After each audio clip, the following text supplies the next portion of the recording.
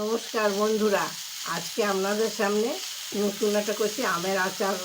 আম দিয়ে গুড়াম করছি।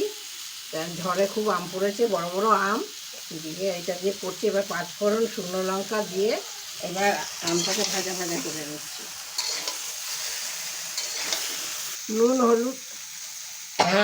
নুন হলুদ দিয়ে আমটাকে ঝরাতে দিয়েছিলাম, নাহলে তো জল বেরোবে।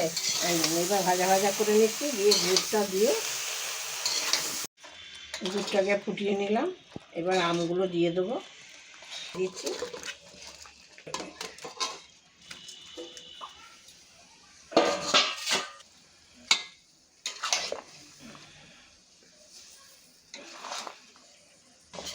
এই যে বন্ধুরা, আমার গুড় হয়ে গেছে।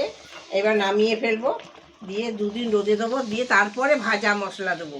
এখন ভাজা মশলা দিলে টেস্টটা নষ্ট হয়ে যায়।